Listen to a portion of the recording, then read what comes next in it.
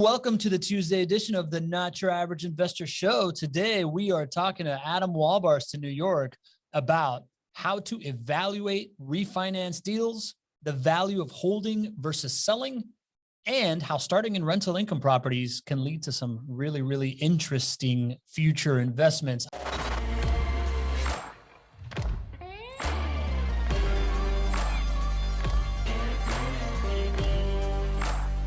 Welcome to the Tuesday edition of the Not Your Average Investor Show. Today, we are talking to Adam Wolbarst in New York about how to evaluate refinance deals, the value of holding versus selling, and how starting in rental income properties can lead to some really, really interesting future investments. I'm your host, Pablo Gonzalez. With me as always, Greg Cohen. Hello, everybody.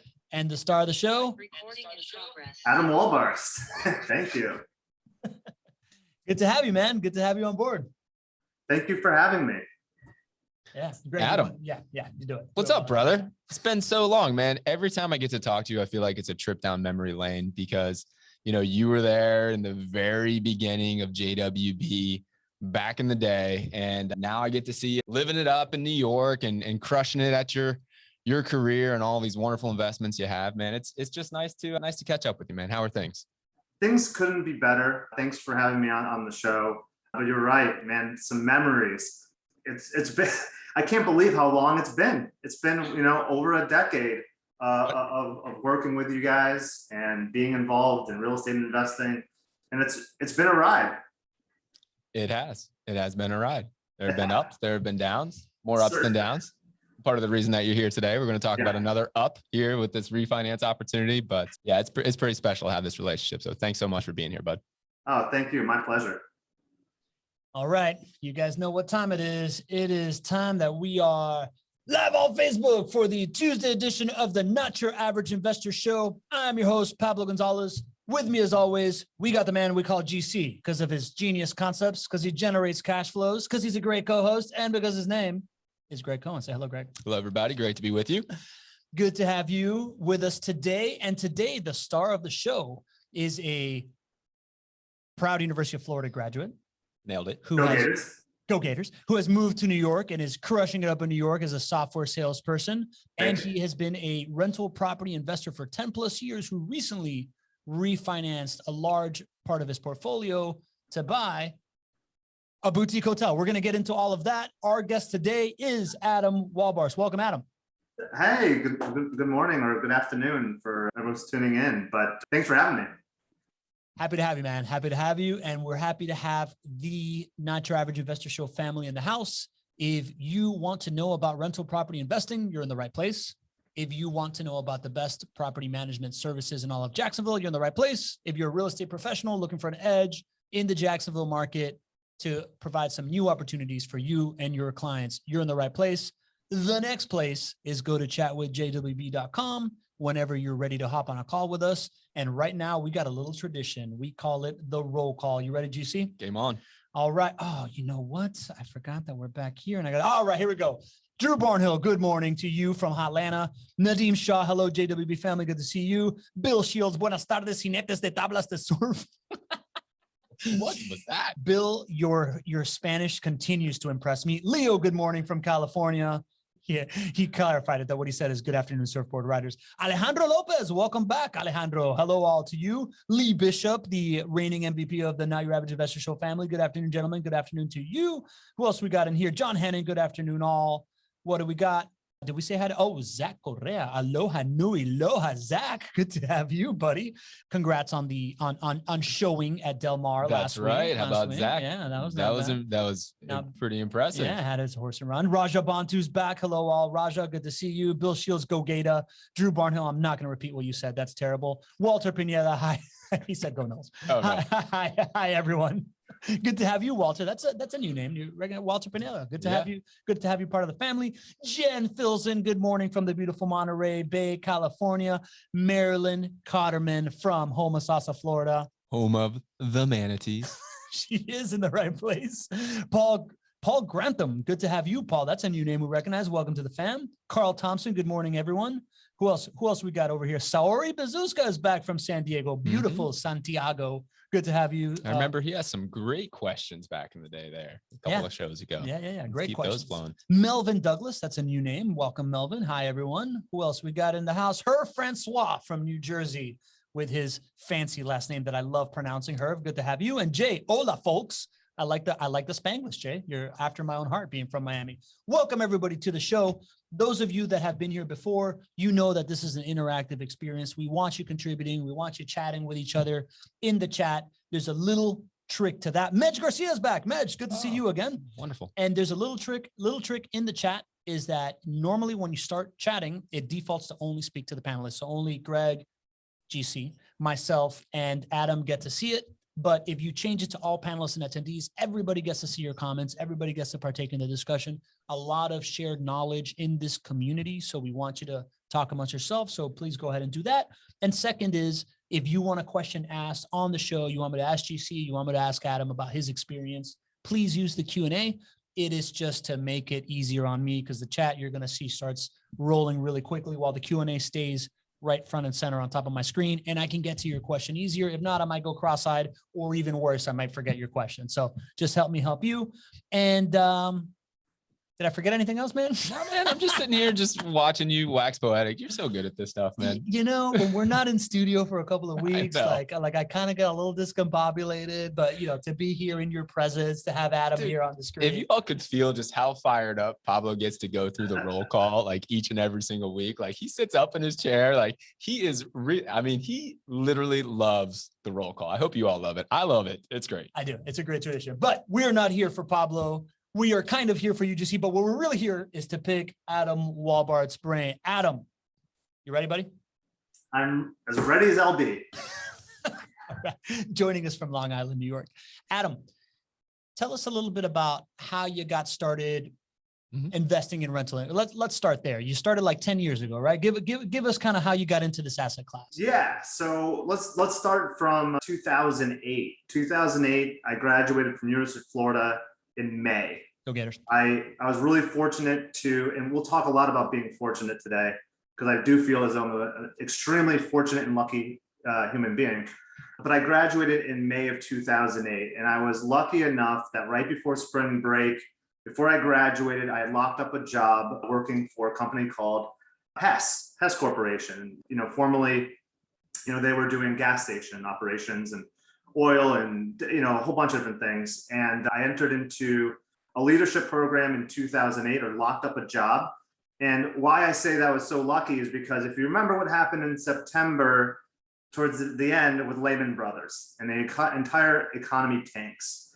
Fortunately, oil and gas was doing quite well at the time. So I'd secured a very good job right before, you know, S hit the fan. I'll keep it right before the world child friendly. And I moved to Jacksonville, Florida to start this leadership program.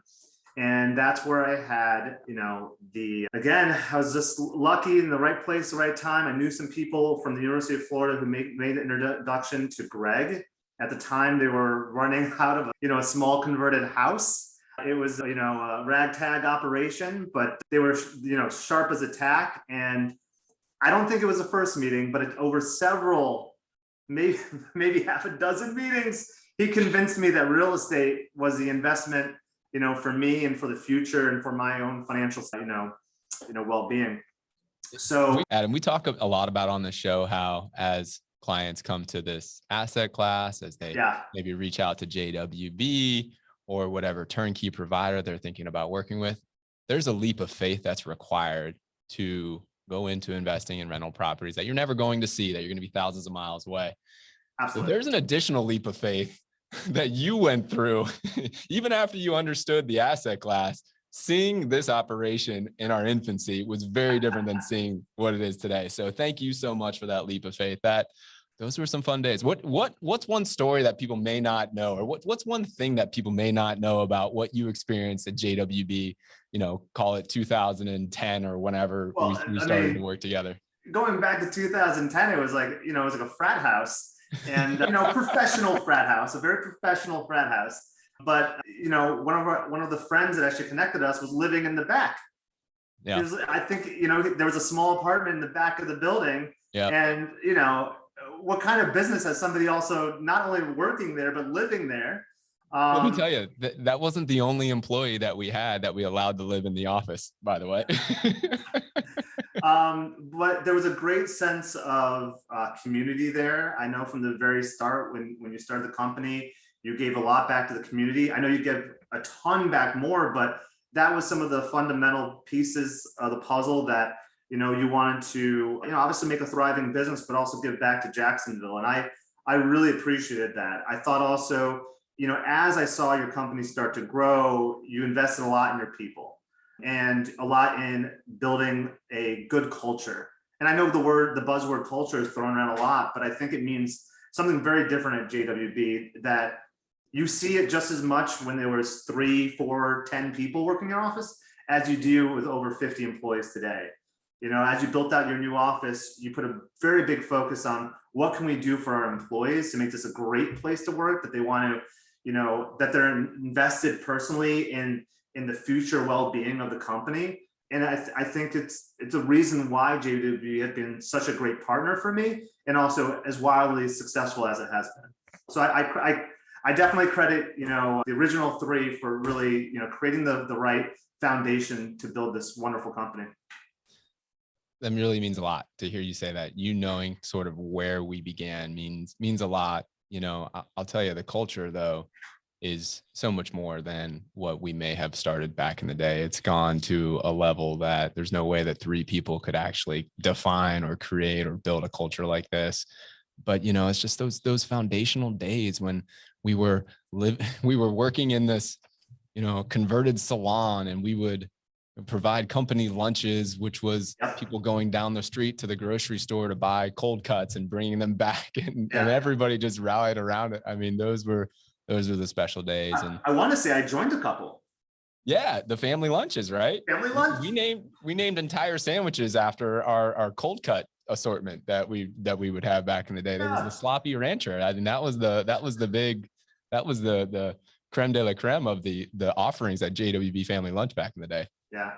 I want a sloppy rancher. All right. So that's really cool that you bring that up, Adam, because I've been very open about how much I gush over the culture that's been created here, and to hear how it was kind of like started in the beginning, and started from the bottom. Now we're here is what we like to say in the streets. But it's cool to hear the origins of it, and how back then, when it was just a frat house, that they were still investing in culture and community and all these different things, right? Like, I know that the evolution over 14 years of a couple of young guys that are now family men and whatever is an awesome storyline that we get into a lot. But tonight we'd like to get into the storyline of, you've had these properties now for 10 years. At some point, I think it was earlier this year or maybe late 2020, you looked at them and you thought, man, it's a really good opportunity to do a cash out refi.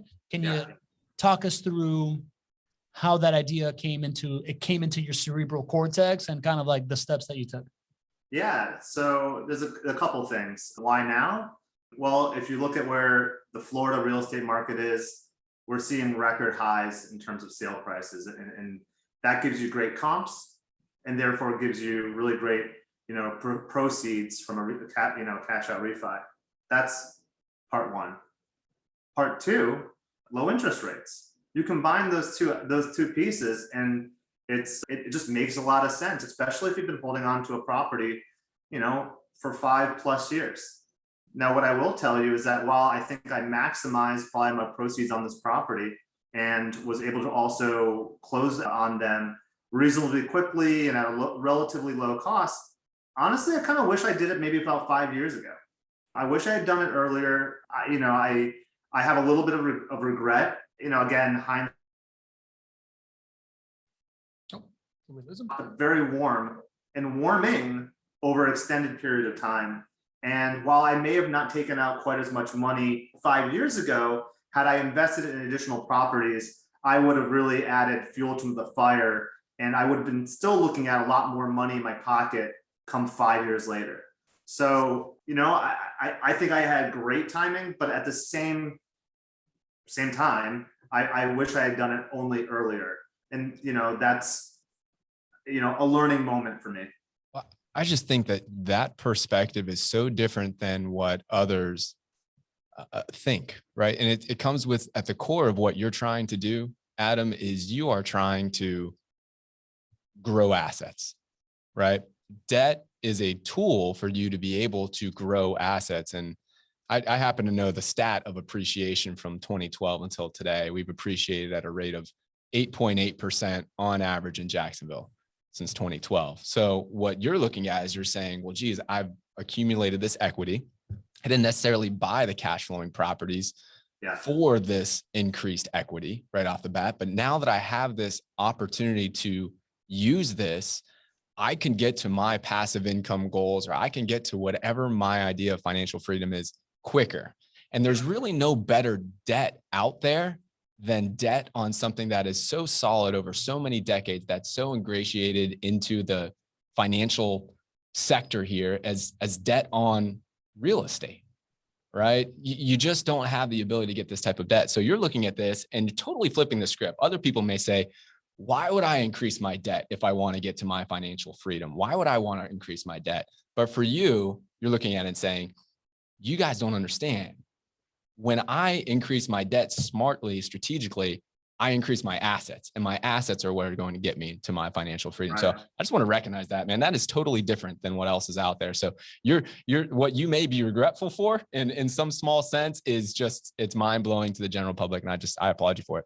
Oh, thank you. Yeah. I mean, you couldn't be more correct. I think as you get into real estate, you have to be prepared to make plenty of mistakes and just start to get used to it. You're going to take an L every once in a while, or you're going to look in hindsight in 2020 and you're going to have some regrets. I'm sure, Greg, you probably wish that you pulled money out of every, corner that you possibly could and borrowed money to, the absolute end of the earth so that you could buy even more properties. Cause literally you could have thrown, knowing the information and where the market is today, you could have thrown money at any asset for any price and made money. But then that's literally the definition of hindsight, or that's 2020. So right there with you, brother. Yeah. So Adam, so when you finally decided to make the decision, talk us through kind of, you had this very detailed, elaborate process of how you went about it. Give us a kind of a little bit of the experience and maybe some tips on how to approach this. Sure. So I'm a very methodical person by nature. I have an Excel sheet for every Excel sheet.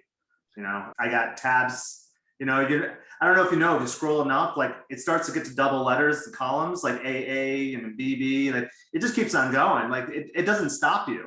It really should, because I'll analyze a deal until I die. But I put together, a Excel document, and I said, okay, this is what I think the value of the homes are on Zillow. This is what I think my proceeds could be.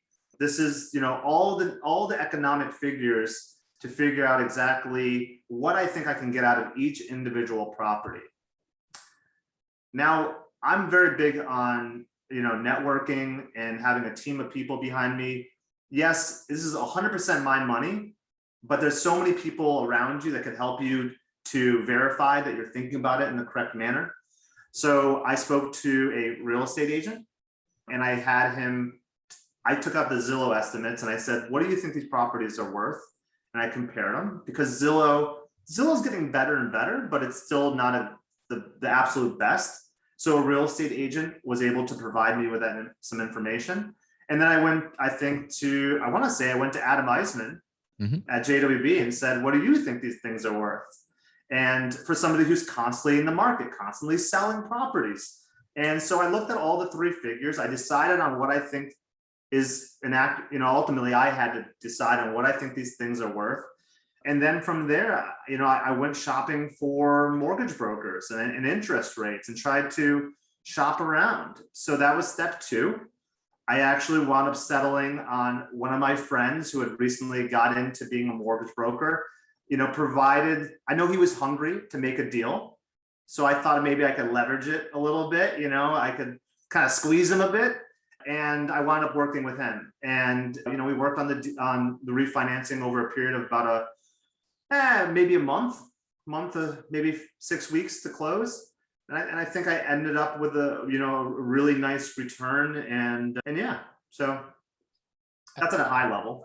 Adam, could we go a little bit more granular, just maybe on Sure. one of the properties? I think it would be great to show, I don't know if you have the numbers available, or we could probably ballpark it, but let's just go back. I know your portfolio generally, right? So let's go back to maybe 2010 or 2011 when you bought that first property. Probably bought it for what, maybe like $90,000 or somewhere around there. Is that Yeah. generally speaking? So I actually have the spreadsheet. Oh, in perfect. front of me. I bought my first property was on Peter Rabbit Drive on the west side of Jacksonville. West side of Jacksonville, right next to a property that we just featured on the property of the week last Thursday, right down the road from it. So a good example of why we stick to the same neighborhoods over and over and over again. Sorry, a little side note there. I got excited about it, but yeah. Proceed. So I want to say I bought that originally for like, I want to say 86,000. I don't know why that number is sticking out to me. Yeah. And fast forward, you know, what, almost 12 years later, I was estimating that particular property to be worth about, let me actually walk you through this. So Zillow told me it was worth 177. Mm-hmm. I had a mortgage, not mortgage broker, my real estate agent told me it was worth 165. Mm-hmm. And this was originally when I looked at refinancing in August of 2020. Mm-hmm. And I kind of waited a little bit longer than I probably should have. By the time I was ready to refinance in the beginning of 2021, he had adjusted that to 175. Mm-hmm. So, you know, he's kind of that was my target. Mm-hmm. My rate was 4 3/8. So was that the original rate that you had for your that's first original rate? Okay. Yep. And then I went to go shop it, and I could get that down a whole entire point. Wow. So to talk about how little it changed my overall mortgage, my old payment was $550 a month. Mm-hmm. My new payment was $563. It was a $13 change. Right. And let's talk about the amount of money that you were able to pull out. Yeah. I mean, that's just amazing that it's so close, by the way. So what are those numbers? Right. So we did get it appraised, and it appraised at $170,000. Wow. I owed $55,000 on the property. Mm-hmm. And closing costs was just shy of $7,000, and the proceeds was $65,000. So let's go through those numbers just for those who are just following along, right? When you refinance your property, you're able to get, I would imagine, 75% of the new value. Is that the amount that you were able to get? Correct. Adam? Yeah. Yep. So you'd take 170, if we're following along here, right? 170 times, 170 times 0.75. That gets us to $127,500 of the new loan. Yep. And you take out your costs. And what were those costs? $6,760. Precise. All right. And was that on just that one property? Yeah. Okay. So $6,700 ish. Yep. That gets us down to cash of about $120,800. And then you got to pay off the first loan. And what was that first loan balance? $55,000. Minus $55,000. Mm-hmm. So, and the numbers that I have here, 65,800, that's about what you had there, right, Adam? Exactly. Yep. So, and just wrapping this whole thing up, you were able to take advantage of $65,800, which you could use to invest in an additional asset. But the payment that you made previously to borrow $55,000 was just about the same payment that you made to borrow $120,000. Is that right? That's correct. Man, how's that even possible? Like, I know the interest rate went down. I'm even surprised that it's even that close. Yeah. I mean, that's insane, man.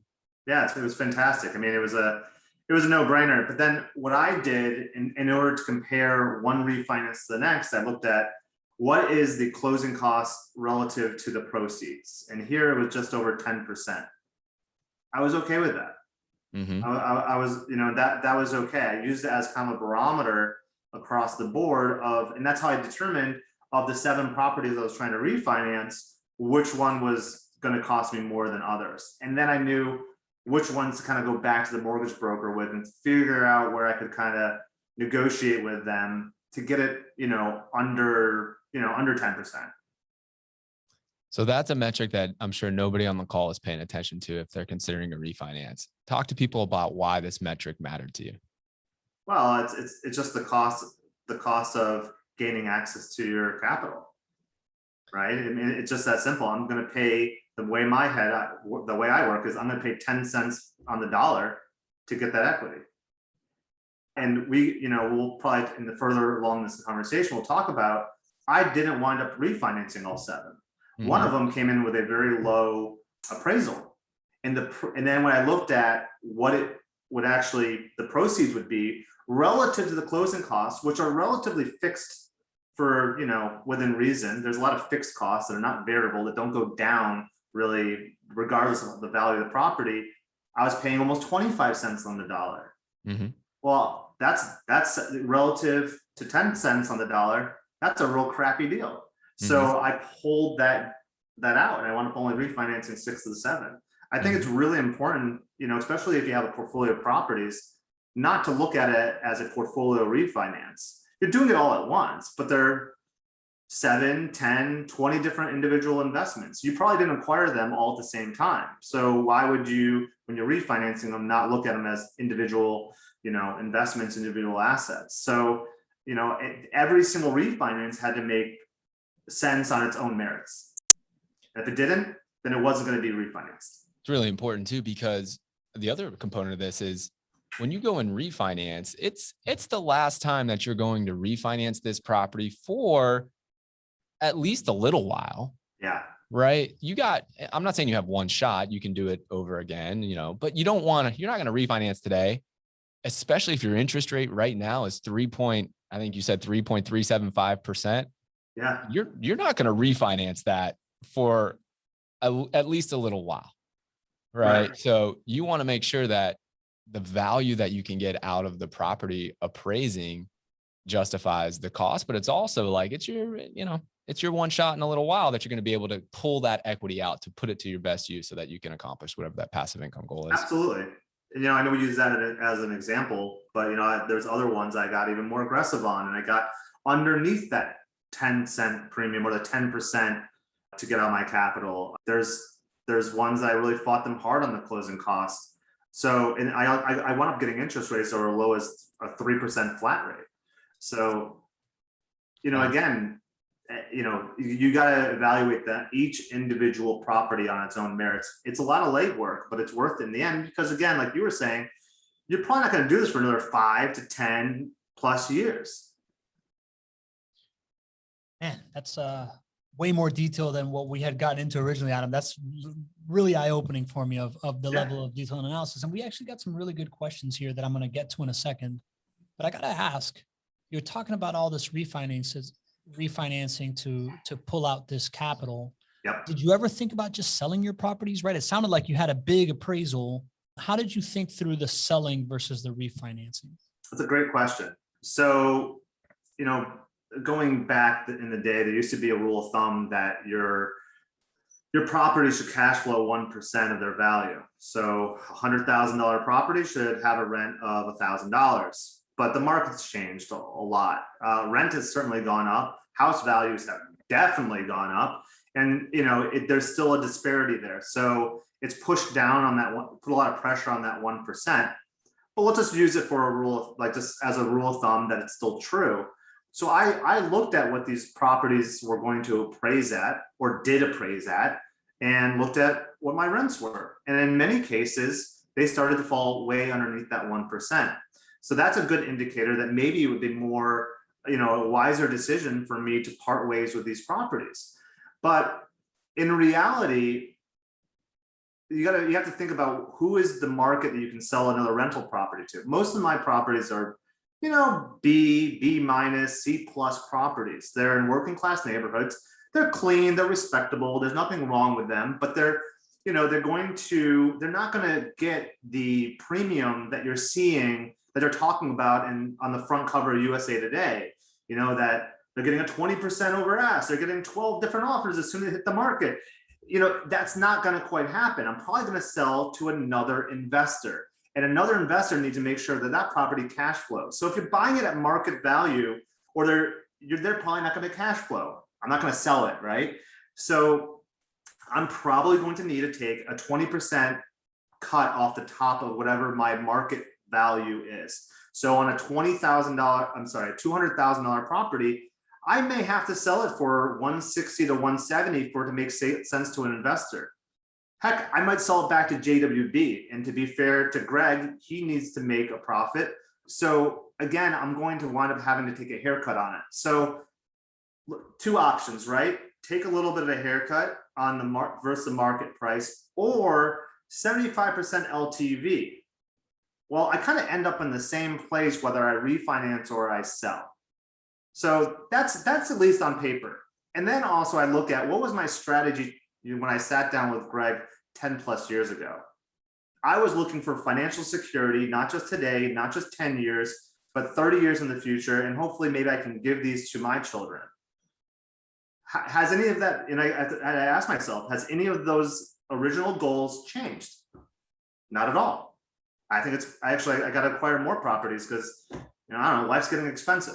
So, those two factors kind of weighed in, and I said, refinance is the way to go. There's tax benefits to it. I think I was going to end up with the same amount of proceeds in the end, but in one circumstance, I still have the asset. Yeah, so it quickly, I quickly decided on refinance was the way to go. I love your headspace when you're going through that process. This is on the minds of a lot of folks right now. You brought up a lot of really good things there. Your assets are built so that we can generate positive cash flow, but they're not built to be able to sell at retail value, right? Sometimes it happens, right? But if you're going to go out and sell this investment property, you're probably going to sell it to another investor who is probably going to require a discount from market value, right? And we are open about this, especially in the short run. That's why we talk to clients right off the bat who are thinking about investing with us. And we say, let's make sure you're committed to at least a buy and hold strategy for at least 5 years. At least. It's because we want to make sure that, you give this strategy enough time to be able to take advantage of whatever, to not get, hamstrung by the selling, holding costs that come along with selling the property. Absolutely. Right? We haven't even talked about the commissions and whatever you may be responsible for selling. So it's selling on the retail market it's just not a given when you're talking about investing in cash flow properties in any cash flow market, right? If you're going to make a profit on the sale, you need to hold for a long time, just like Adam had. So that's a really good point. I mean, you also mentioned the tax savings.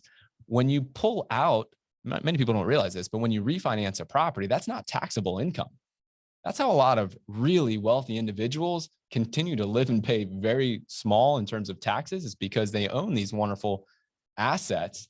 They refinance out at certain points along the ownership timeline, and you don't have to pay taxes on that. Versus if you sell the asset, you then have to pay taxes, or you have to come up with some other tax deferral strategy or whatnot. So that's another really good thing. At the end of the day, like, the thing that matters, I guess the thing that I love the most about your strategy is that you have lived out a market cycle already. Yeah. And I find that I try to speak from the mountaintops about the value of holding for a full market cycle. Like, Adam, you're living that experience, and it has paid off for you handsomely. Yeah. And there's no reason to think that won't happen again over the next market cycle, right? This isn't like a flash in the pan. This is what happens every market cycle. And so it's like, you got that asset, especially now you have debt in the 3s. If you did want to sell and incur the taxes that were a part of it, right? What's the investment alternative that's going to produce best for you over the next cycle? And so it's like, man, I just think your strategy is really sound. And I think many people can't answer it so well, right? They're like, well, I made some money, I got to sell it. But then that next step, they're like, well, what are you going to do with it? That's better. I don't know. I have to pay taxes. I don't have as good an interest rate if I'm borrowing debt.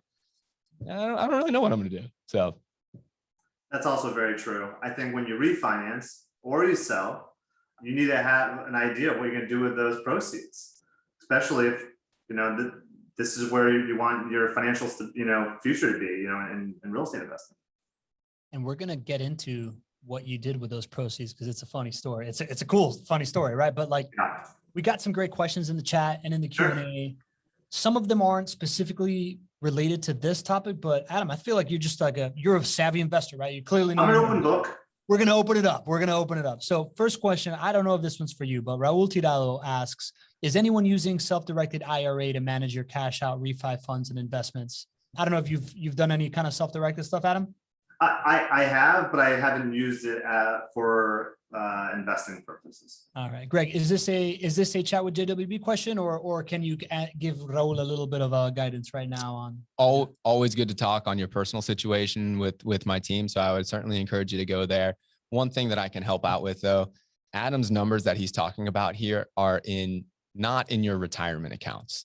So when you hear self-directed funds, that's mainly dealing with your retirement accounts or qualified plans. Everything we're talking about here is non-qualified. That's money outside of your retirement accounts. And the numbers and the strategy, it's all very different when you're inside the retirement account versus outside. So Adam couldn't even use a self-directed IRA provider to do what he's talking about here because of all of this is outside of the retirement account. Got it. That makes sense. Walter Pineda has a question. I'm happy to be here. Happy to have you, Walter. I'm a new real estate investor. Should I get a real estate agent in the state I'm investing, or should I get a real estate agent from the state I'm in? Adam, you're an out-of-state investor, right? Maybe you started in Florida, but you're still. Oh, well, what you got to first think about, what value does the real estate agent bring? Probably like intel about the market that you're going to be investing in. Absolutely, if you're going to get a real estate agent, find it in the state that you're investing in, not where you reside, right? The information or the person you need in your network from the state you're in might be a CPA to figure out what the tax implications are and how to form the right LLC or an S corp, or figure out the taxation purposes of your investment strategy. But yeah, definitely real estate agent in the state you're investing. More important than that, find a good property manager. There you go. And we'll plug for you, Greg. We appreciate that, brother. Appreciate that. And if depending on what you're thinking about doing, what type of investment, you can work with a vertically integrated company like a JWB. And that typical real estate agent service is a part of the breadth of services that we have. Yeah. And the cool thing is that there's no real estate commission when you buy a property with JWB, or I would imagine with most reputable turnkey companies out there. So you can get all of those same benefits, probably more benefits, I would even imagine, because a company like JWB actually puts our own money in the neighborhoods that we recommend, and very few real estate agents do that. But you got all of that there, along with the property management, right? We manage properties for those who buy properties from us. We also manage properties for those who don't buy properties from us. So another reason to chat with my team by going to chatwithjwb.com if it's something that you're interested in. Yeah, Walter, and coming from, I'm probably the most novice real estate investor out of this group. So I get, novice friends that are also not as educated as Adam and Greg, but this is wherever you're looking as a rental property investor, whatever you're doing here is, if you're looking at JWB, it's a different thing, right? Like most people think of like getting a real estate agent to then go look for deals or whatever. The JWB business model, and you can get educated on it by listening on past episodes and whatnot. What Greg is talking about as far as being vertically integrated, it basically means that they own land that they build houses on, that they remodel themselves, that they then property manage, that they then manage your money, and they give you all one-stop shop. It's like buying a bond much more than buying a property. And I can tell you right now that like if it's Jacksonville proper, very few people have inventory, and it's just kind of like this hot real estate market. So just given the novice's perspective in there based on the question, I hope that helps. All right, next question, Zach Correa. Aloha, Adam. Aloha, Adam. Aloha. All right. Zach asks, what should investors consider before refinancing their investments in 2021? And what complications may arise, i.e. loan structure, closing costs, buying points, tax implications? Mahalo, Z. Adam, I know you're going to love this question because I know you think everything's negotiable, right? Yeah. So, gosh, I think that the first thing to consider, and right, and kind of like the first step I took, is look at your portfolio, or whether it be one property or 10, and try to do the math yourself first. Make sure that it looks like a viable opportunity to refinance. Look at your original, mortgage rates, and compare them to what the market rate is now.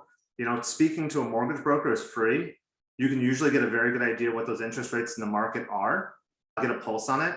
And also, ask them up front about what their closing costs are. And then from there, I would shop around. I think the biggest mistake you can make in refinancing is going with the first person that makes you what you think is a good offer. What you think is a good offer until you go to guy number 5 or mortgage woman number 8, it might be a lot lower by the time you get around to the 8th person. So shop around, spend your time. Don't be put in a pressure situation where you feel like you have to move forward to somebody to miss out on an opportunity. Mortgage brokers, I've met a lot of honest mortgage brokers, but I think a lot of them fall into the case where they try to push you into the refinance and saying that their favorite line, it's almost like I'll kind of preface this and say that I went shopping for a car recently, and the last thing that the guy tried to sell me on was, write a price down that you would move forward with today. What do I need to do, or what price do I need to be at to get you in this car today? And the only version I can think of that's kind of similar to that in the mortgage broker world is interest rates are going up, lock in your rate. We got to lock in this rate. We got to lock in the rate. I'm like, the rates are going up.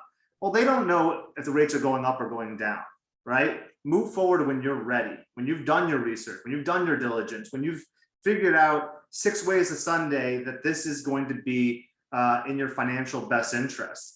So that's kind of my insight. And then once you've decided on the mortgage broker and the right interest rate, you also have to start doing research on closing costs, right?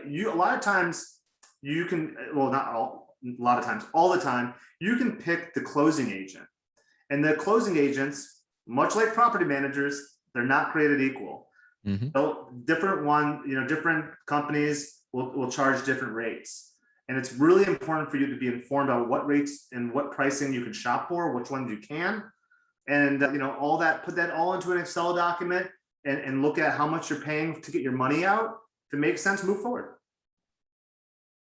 That's really great stuff. I wish more people did that type of due diligence when they made financial decisions. Adam's a shining star. I've known Adam for well over a decade, and and you can see why he's successful in his investments. It's because of that level of strategy right off the bat. And then he's willing to put the work in to make it work.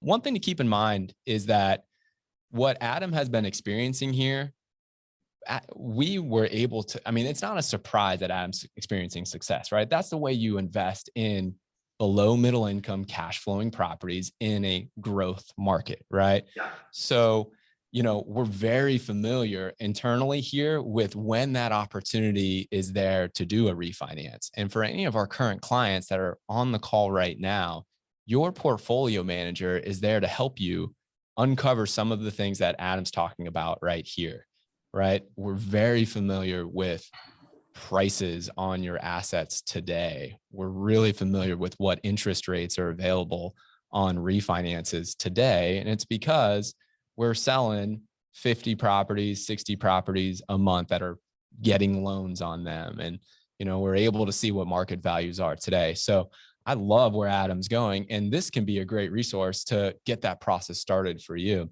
It's amazing. We have clients and their buying plans are built out, and their buying plans might be that, it might be that they need to get to 10 properties in their portfolio, and they might be at 5 properties. They might have purchased those 5 properties 8 years ago. And one conversation that we could have, that interest rate on the debt that they had 5 years ago might be a point and a half higher than what it would be today. And financially, we can engineer this thing so that you might be able to get to the right number of assets without you bringing any additional money to the table. And like, that is like the coolest moment, because when you have the right number of assets in your portfolio, you have done the hard part. Now it's about property management, making this an enjoyable experience for you, and you being disciplined to hold on for the full market cycle so that eventually your loans become lower, your cash flow becomes higher, and you've achieved that financial freedom. But that literally is like a phone call away for a lot of clients right now. So we're here to help, and to help you get to a point just like Adam, to be able to do all that due diligence. It's still going to require some work on your part. We want you to run the numbers even beyond what we do, but we can absolutely help you do that. I thought that was super valuable. You know, one thing that we're doing today for the first time is we're going live in the JWB Facebook page. So we're actually broadcasting outside of the group. I thought that that was a particularly good teaching moment. If you're watching on Facebook, put like a thumbs up or like a fire emoji or a money emoji or something like that. I would love to see some engagement in that Facebook feed. So, all right, man, that was awesome. So, all right, Sorry Bazooska has an awesome question here. And the question is, if I had $200K to invest in cash, what strategy would you recommend? Strategy number one, buy a property in cash and do a cash out refinance to buy more. Or number two, take out loans to buy 2 or more properties, leveraging that $200K. Adam, you go first. What would you do? Well, I think it depends on what kind of properties are you buying. If you're buying a turnkey property or something that's ready to rent, I would absolutely go with option number two, which I think was option number two, which is leverage your money, 100%. You're going to gain a variety of things. The most important is diversification. That's super important in real estate investing. I do not go into real estate investing with the idea of having one rental property. I would say not even 2, maybe not even 3. If you are not prepared to at least get 5 properties going, I think there's other investment assets that you could go into. The reason being is that everything is not always, sunshine, unicorns, and amazing cash flows. You will have a bad tenant, I promise you. Mm-hmm. That'll destroy your property to a point that you can't believe. That's an outlier. Mm-hmm. But over the period of 12 years of owning 7 properties, right? Not a huge rental portfolio. I've had it happen numerous times. I've also had large capital expense repairs. And if you don't have multiple properties that, when one's not working for you, the other 4 are, you're not going to be able to take the hit. You're going to start dipping into your own personal assets, which is going to really put you back in terms of your investment timeline. So, that's a big component. So leverage your money and go in with a mindset of trying to get 2, 3, 4, 5 properties almost as quickly as possible. I love it. For me, when you're thinking about buying in cash or buying with financing, both of those can be the correct answer. I would certainly encourage you to sit down and have a personalized discussion on your goals. Like, for example, I was just talking with Mike Stewart on my team yesterday. Brandon actually was talking about a current client as well. Brandon's another person on our sales team. And he was sharing with me how this was an older gentleman who had a significant amount of money, and he was dead set on buying properties with cash. And we understood why. And it's because cash flow is the most important thing for him. An older gentleman doesn't have that active income from his other job. And then when we sit down and we build the plan with him, that's a purchase plan built on buying with cash. However, he has children that are also interested in investing. And for them, they're buying with financing. And because when you buy with financing, that's about wealth creation, right? And so it's totally different. It may be cash, and maybe financing might be the right realm. However, right now, I think you mentioned buying with cash and then refinancing later as being one of the options. I don't see I don't see any reason to buy with cash with the intention of refinancing later versus just buying with financing today. I don't see any reason to do that. So I think most roads, if you're looking towards long-term wealth creation, are going to take you to financing because you have the ability to borrow smart debt. And if I put some numbers to this, if you buy with all 5 profit centers, if you buy with financing, you're going to be able to earn over 20% returns if you invest for a full market cycle with financing. If you do that same thing over a full market cycle and you own with cash, your returns are going to be somewhere around 9%. So that's what I speak of when I talk about wealth creations, using smart debt and leverage to your advantage. And just to add a little bit more context, right? Adam, you did qualify this idea that if you're buying rental income properties, right? So Greg, you're giving the advice on if you're a passive investor and you're just acquiring assets. Adam, when you said if you're not buying rental income properties, maybe you're talking about like buying a house that you're going to fix yourself. Maybe that at that point, you're Correct. putting the cash in. Correct, because when you're doing a rehab project, you're probably going to do a hard money loan at a very, very high interest rate. There's some origination points associated with it. If you could do it in cash and you've estimated the project properly, yeah, I think that's probably the best, but you're going to be refinancing out of that property within months, not years. Got it. Just a different strategy. Yeah. Different strategy, man. I get it. Very cool. We got like 7 more questions and I think they're really good. So let's try to do some rapid fire. And then I want to save like 5 minutes for you, Adam, at the end to ask you what you did with the money. Yeah. And a couple other things I want to talk to you about. So That's great. Russell Roberts asks, did Adam pay upfront origination points to buy down the interest rate? No. All right. That's rapid fire. But you just, it works in some people's benefits. For me, it didn't. Oh, I got to jump in there. Sorry for rapid fire. I just refinanced my primary home and I actually paid the additional origination points to buy down the loan.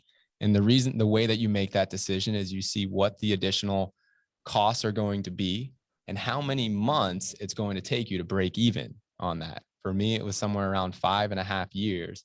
And I know my plans are to be in this home, my home, for longer than 5.5 years. So then I was going to win with buying down the points. Again, we can help with that decision, but that's how you'd make that decision. There you go. Hey, chatwithjwb.com can help you. And rapid fire, but not so rapid that we're not going to give you value. So rapid-ish fire. All right. Walter Pineda asks, how long is a market cycle? 10 to 20 years. All right. That's rapid fire. Any take on that one, Adam? That sounds about right. That's what I'm experiencing. Rapid fire. All right. Greg Stone, does anybody exit through a rent-to-own scenario? Could that possibly capture a retail sale? I'll jump in here. Rent to own sounds great on paper. I have tried it when I first started this 15 years ago on about 10 properties. Not one of those residents actually qualified for a mortgage. And as you speak with other people in the space, a very, very, very low percentage of people actually change their habits to go from a place where they couldn't get a loan to getting a loan to being able to eventually buy the property at retail. So while it could work in theory and does work when you talk about it in theory, in application, it almost never works. All right, there you go. I'm going to skip to Laura McElroy's question here because it's going to lead to something I was going to ask Adam afterwards anyways, but is it best to cash out a rental and take the profit to invest in another rental, maybe 2? I think profits from the sale may be lost by the high price of another property and closing costs, etc. What do you think, Adam? I think you have to make a decision that's best for you, but I fully believe in real estate and in those kind of the rental portfolio, building out my rental portfolio. That, for me, I would definitely put another house.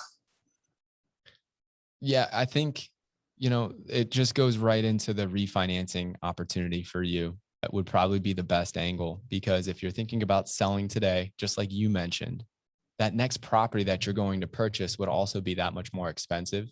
It would also be expensive for you to get a new loan in place. And then there's a tax component on the sale from the profits that you had.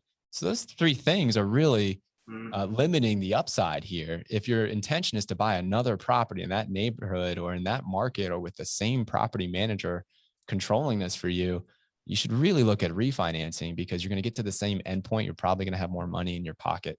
And, you'd be fulfilling that full market cycle, which is known to generate the most profits for you over time. Adam, what did you do with your 6 property cash out financing? Give us the story. So I live in New York City. Actually, I had a better webcam. You see Midtown Manhattan right behind me. And, growing up in Florida with a lot of space and fresh air, a lot of times on the weekends, I would go explore the Hudson Valley, which is just about it starts about an hour north of the city and continues for a couple hours further upstate, and I just loved the area. And I started looking for a weekend home, and through that process of working with real estate agent, and I stumbled upon actually a commercial investment. Wasn't my original intent. I was looking for a weekend home for myself that maybe I could Airbnb when I wasn't there. I bought a small boutique inn in the beginning of July. I worked on it on the contract with lawyers over a period of about 3 months. And I now am the owner of the Herwood Inn in Woodstock, New York, a beautiful boutique, bohemian style boutique hotel right in the middle of town. Beautiful. We're eco-friendly. We're welcoming to everyone. Cruelty-free products. It fits in well with the community. We support, all our soaps and everything are sourced locally. It's a really kind of cool, unique investment. And yeah, we're in love with it. I'm doing it along with my fiance. She manages, a lot of the emails and the bookings, and I manage the financing. That's cool, man. That's way cooler than I thought.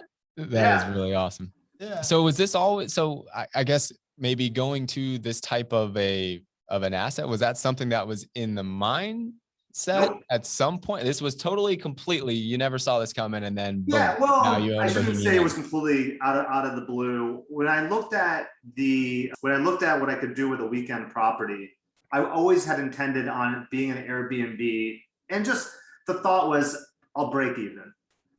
It'll pay for itself. That'll be wonderful. I'll have a place to go, but it won't really cost me anything. And maybe it'll build some equity. Who knows? But then I started looking into Airbnb, and I started looking at all the financing and stuff like that. And so I look at this little boutique hotel as if there's 4 suites, 4 Airbnbs under one roof. So very similar to how I diversified my real estate portfolio in Jacksonville, same strategy. I'm getting diversification, maybe not in location, but in having 4 different units that could be rented out with, different frequency at different price points, all under the same roof. So I only have to manage one HVAC system, one heating system, one, landscaping. So the thought is, I'm going to take this property, I'm actually going to expand it by acquiring properties around it. That's pretty interesting. I guess if I'm listening to this call, I'm thinking, Adam, you nailed it on your investment properties in Jacksonville over 10 years, right? You're living the dream, better than expected. And I know you're so methodical and thought out. So now you clearly have the opportunity to continue to invest in additional properties in Jacksonville, which is shown to be successful, but you're making the decision to go elsewhere. Is that part of a bigger strategy? I guess you were talking about buying properties around that. Like, what made that make sense for you to go somewhere where you didn't actually have experience doing this? Yeah. Like, I'm kind of challenging you because I know you have a good answer. I don't know what your answer is, but talk about like that perspective, because I'm sure people are asking. Well, I always like a new challenge, right? And I like to switch things up, and I like to have a diversified portfolio. And, I was able to look at the numbers in the pro forma. And as I said, I'm a very Excel, methodical, calculated person. And it was just really hard for me to pass up. I think the 2 girls who had originally did a whole gut renovation in 2019, created a beautiful product. And I looked at the numbers, and the numbers were just phenomenal. And it was just at the price point, right? So I look at the pro forma, no different than I look at a JWB investment. And it was just I came home from Woodstock after looking at it. I spoke to my fiance, and I don't know. In my gut, it feels right. The numbers feel right. And no matter how much I play with this pro forma, this thing still keeps on making money. Yeah. I can't figure out a way for this thing to lose.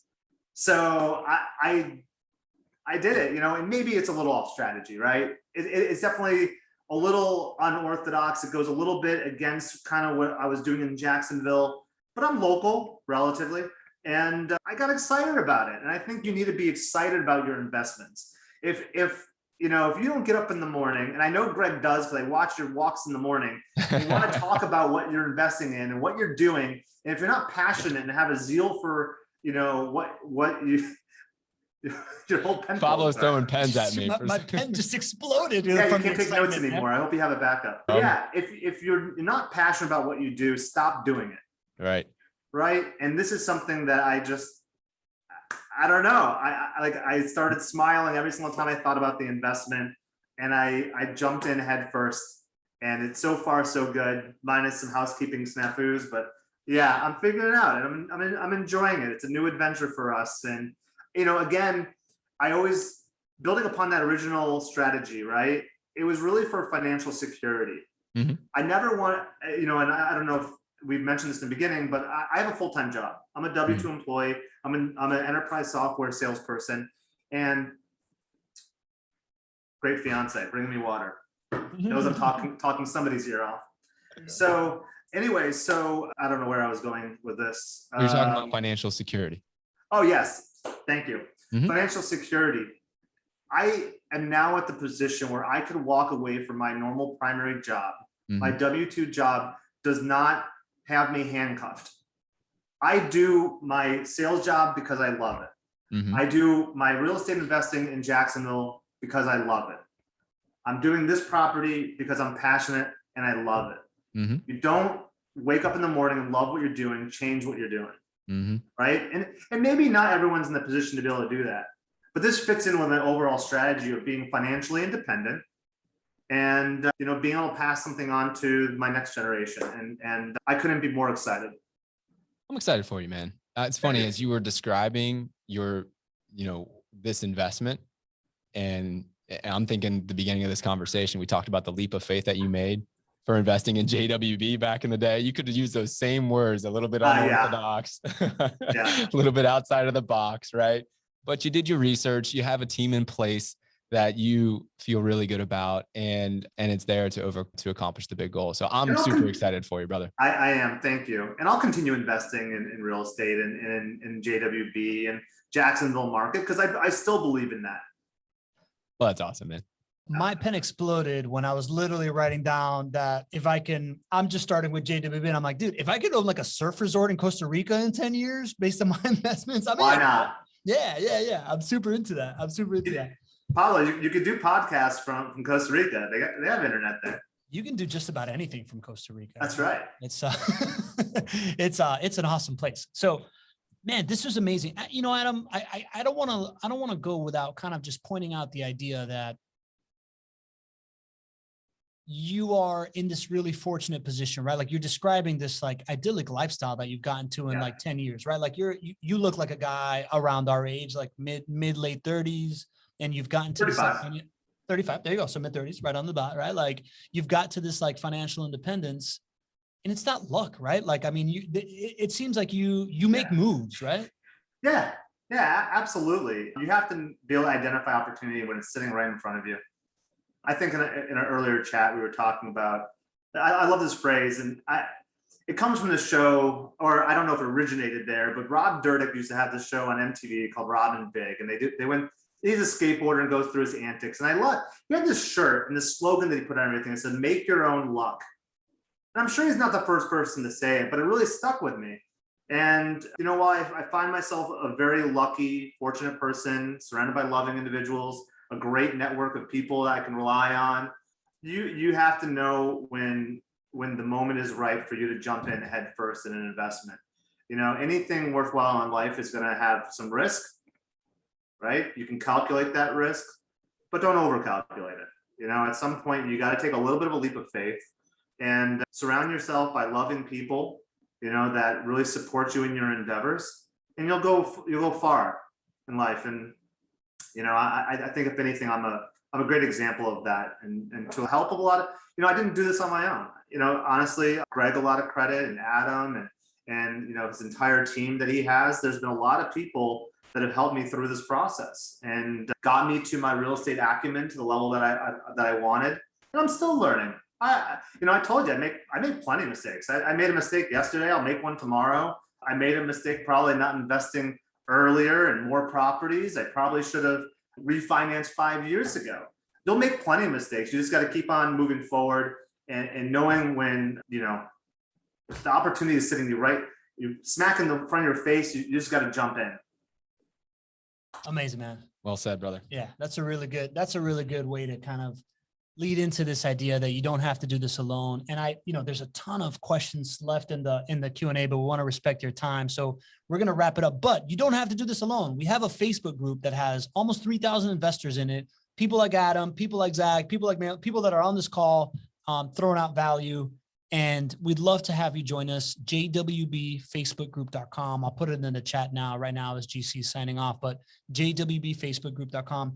Join us in there. Raul Tirado, who's got a great question about JWB versus syndication. Great question for the chat. Greg will hop right in there and leave you a video or leave you a response for whatever you're doing. Speaking of Raul, he lives in the Hudson Valley. He's going to go check out your hotel, Adam. So Yeah, that's going to be cool. It's on Tinker Street.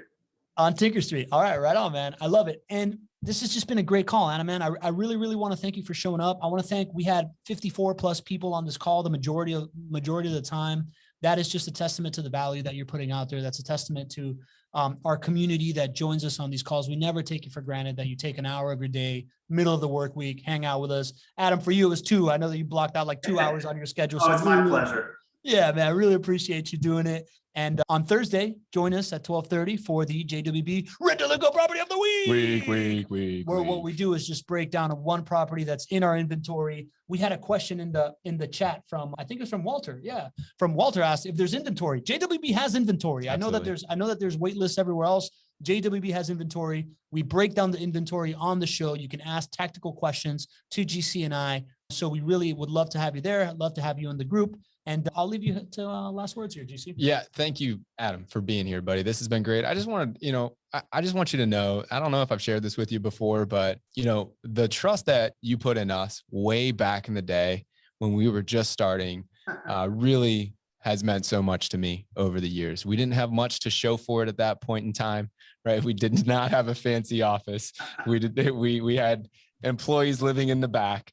But you took that leap of faith, and for a young business and for my business partners that I, at that point, seeing other folks that were just that were savvy, that understood this and being able to have their trust gave us so much confidence and has meant so much to our growth. And so I just wanted to make sure you knew how much you've meant to us over the years, and just really appreciate this journey that we've been on together, man. I hope it doesn't take this long to get back on the horn together, as it's been a number of years now. So we'll keep the seat warm for you here on the show, but thanks for everything along the way, buddy.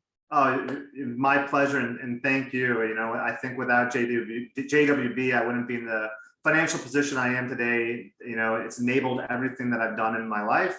And it just comes back to a conversation we had 12 years ago and taking that leap of faith. And I'm glad I did. Thank you, buddy. Epic. Have a good one, everybody. Take care.